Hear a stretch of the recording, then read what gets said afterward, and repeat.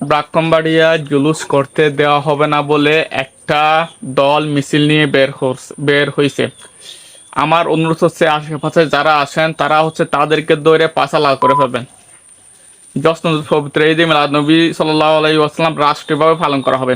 এটাই বিরোধিতা করা মানে রাষ্ট্রের বিরোধিতা করা। রাষ্ট্রের বিরোধিতা করা মানে তাদেরকে দৌড়ে পাছা লাল করে ফেলা। তো আপনারা যারা আশেপাশে আছেন, যখন যশ্ন জুলুস পবিত্র ঈদে মিলাদনবী সাল্লাল্লাহু আলাইহি ওয়াসাল্লামের বিরোধিতা করে মিছিল বের করবে, জুলুস বের করবে, তখন আপনারা তাদের পাদকে দইরা পাছা লাল করে ফেলবেন। এই কওমি মাদ্রাসাগুলো খুব বেশি জঙ্গি দিকে চলে যাচ্ছে। এই ব্রাহ্মণবাড়িয়া কিন্তু এক নম্বরে থাকবে। তারা কিন্তু মনে হচ্ছে জঙ্গির দিকে চলে যাচ্ছে, এই একটা অবস্থা।